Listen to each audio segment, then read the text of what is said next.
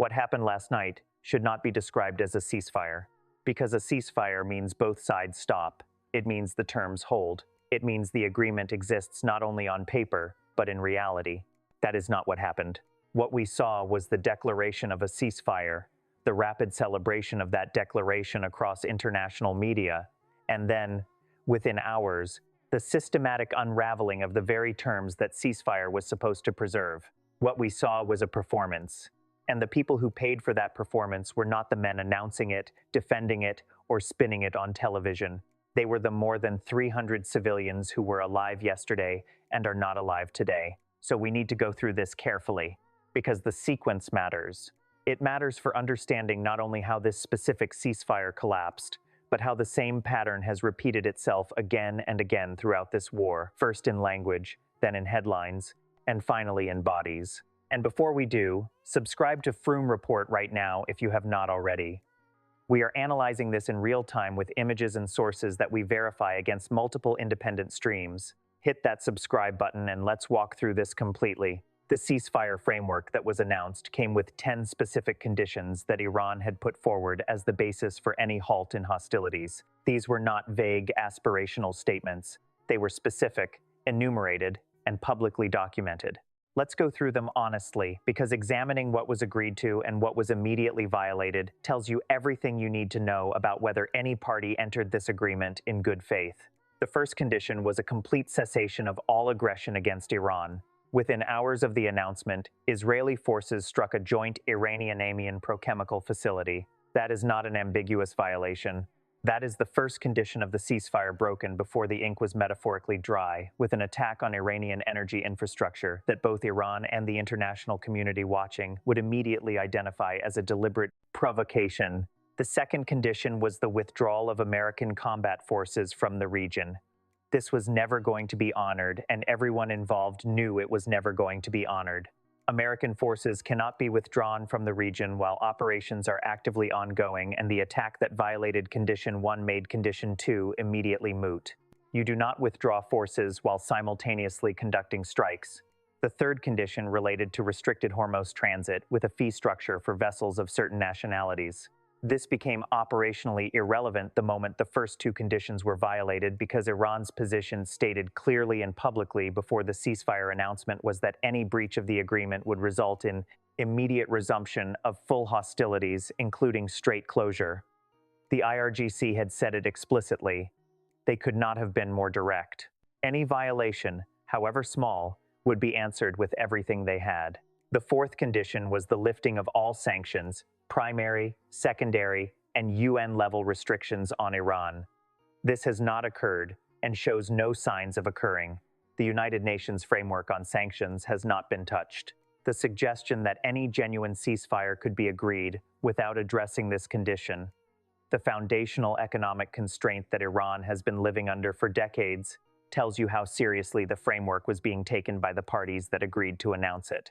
The fifth and sixth conditions involving compensation for war damages and formal recognition of Iranian nuclear enrichment rights were never going to be addressed in any time frame consistent with a genuine ceasefire agreement. The gap between what Iran required as preconditions for peace and what Washington and Tel Aviv were prepared to offer was not a negotiating gap. It was a chasm, and the announcement of a ceasefire across that chasm was not a diplomatic achievement. It was a performance. Let's talk about what actually happened on the ground after the announcement, because the images tell a story that no official statement can rewrite. The neighborhood in Beirut that appears in the footage circulating right now, the one that looks like it absorbed a direct strike on a residential area, was hit after the ceasefire was declared, not before, after. The footage shows what remains of a multi-story residential building in a civilian district. Not a military installation, not an identified weapons storage facility, not an infrastructure target with any arguable dual-use justification. A residential building where families lived in a neighborhood where the people sleeping in their homes last night had reason to believe, based on the publicly announced ceasefire, that they might be safe. The claim that will be made, as it is always made in situations like this, is that there was a Hezbollah member somewhere in the vicinity. This claim is made with sufficient regularity and so consistently without the production of any verifiable evidence. No name, no face, no documentation of any kind. that its function as justification for mass civilian casualties should be understood for what it is. A building of 15 floors, with 10 apartments per floor, houses hundreds of people. If one of them had any connection to any armed group, that connection does not make the other hundreds of residents combatants under any interpretation of international humanitarian law.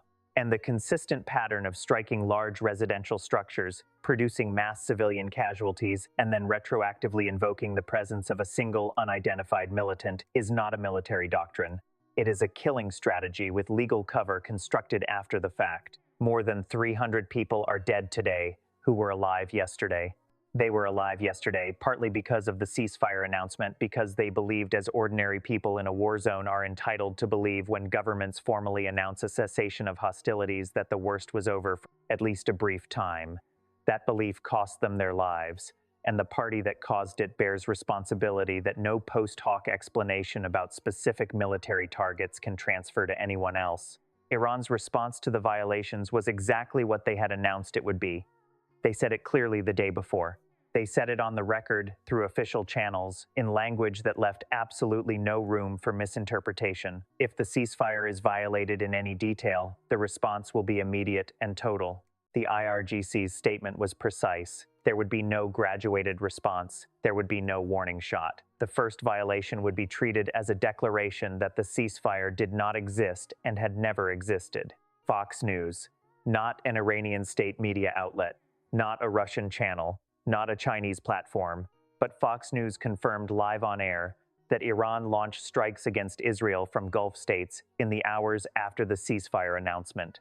Their framing characteristically focused on Iranian aggression rather than examining what provoked the response. But the fact itself was reported by a network whose institutional orientation is toward the American official narrative. Iran struck Israel after the ceasefire was announced. What Fox News did not prominently report was that Israel struck first in violation of the ceasefire terms before Iran's response was launched. That sequence, violation, response, media framing that presents the response as the initiating act, is one of the most consistent patterns in this entire conflict. The asymmetry of coverage between the act and its consequence has been a feature of how the Western media ecosystem has processed this war from the beginning. We name it explicitly because the people watching this transmission deserve to understand the information environment they are operating in.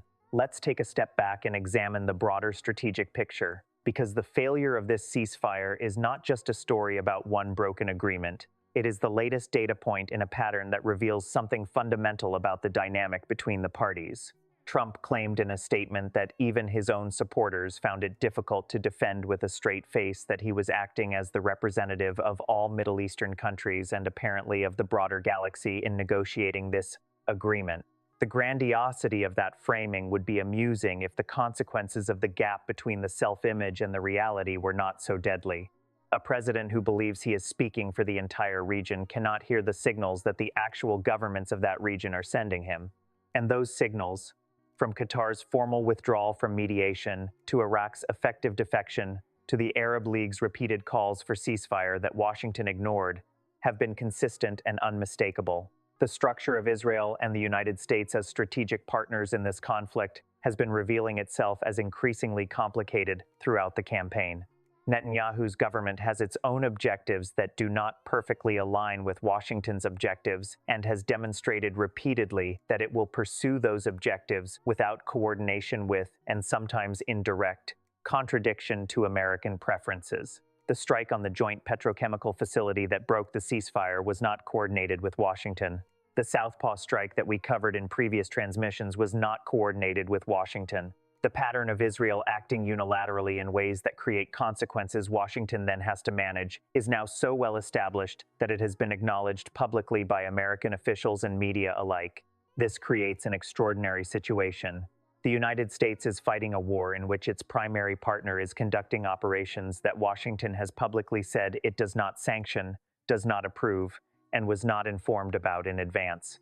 Those operations are the ones breaking ceasefires, triggering Iranian responses, and escalating a conflict that the American side is increasingly desperate to find an exit from.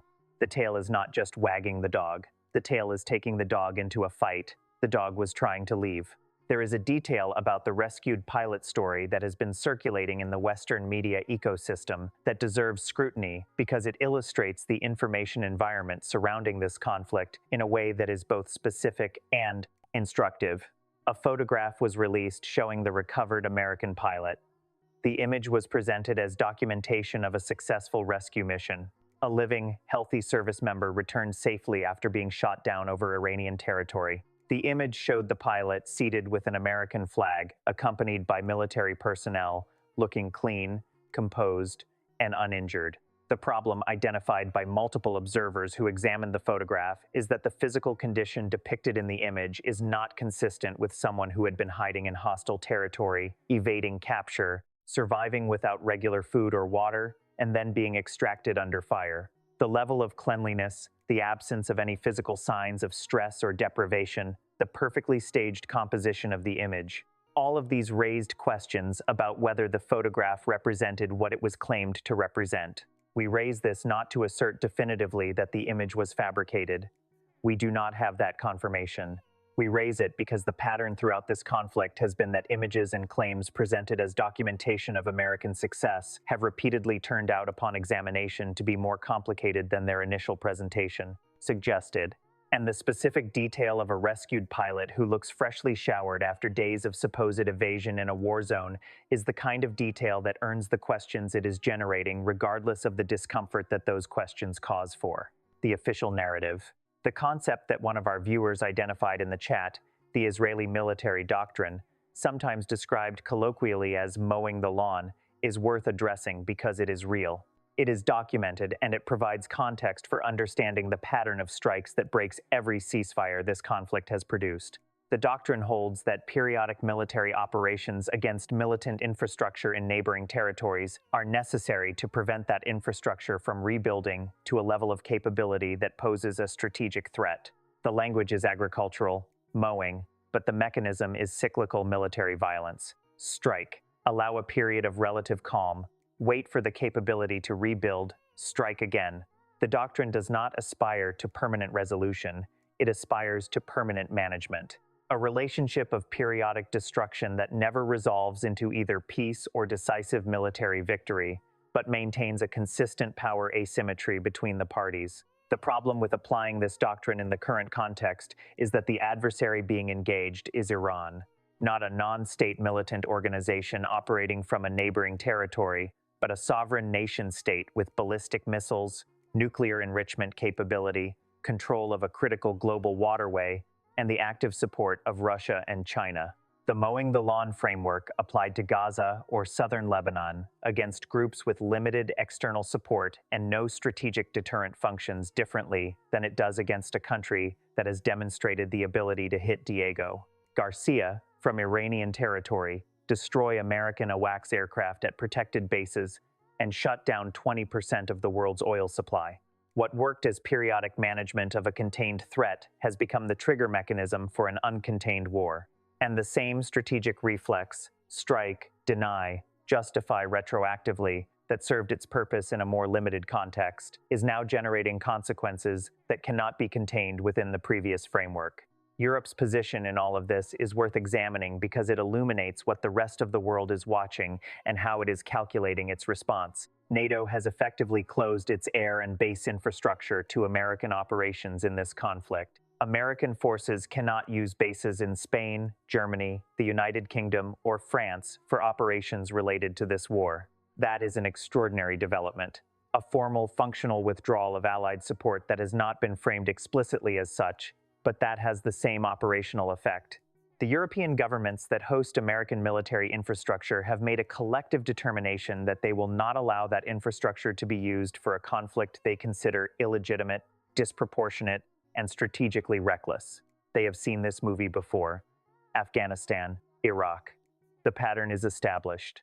American military adventures that begin with optimistic timelines and confident predictions of quick success produce extended, expensive, destabilizing conflicts that European nations end up bearing significant portions of the non-military costs of in refugees, in energy disruptions, in economic spillover, in the political radicalization that prolonged Middle Eastern instability generates in European societies. The European governments that are declining to participate are not being cowardly.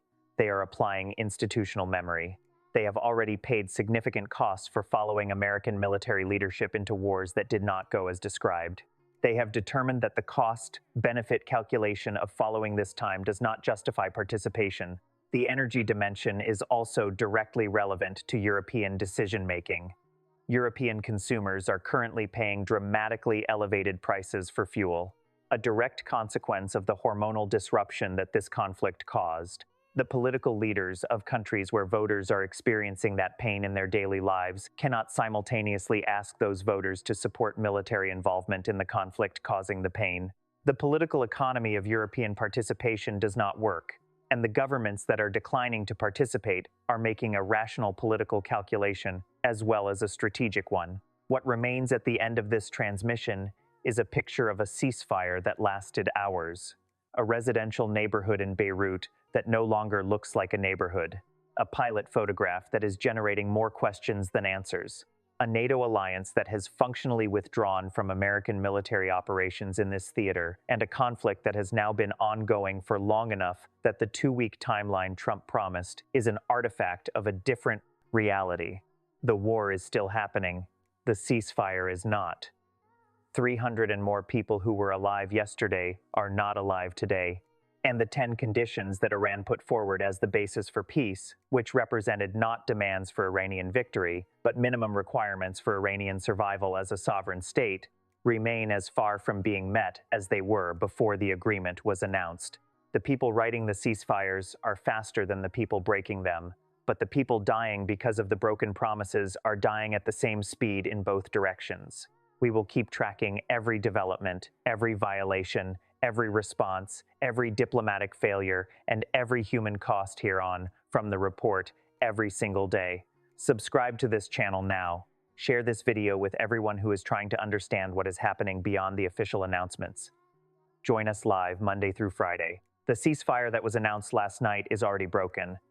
We will be here to tell you what comes next.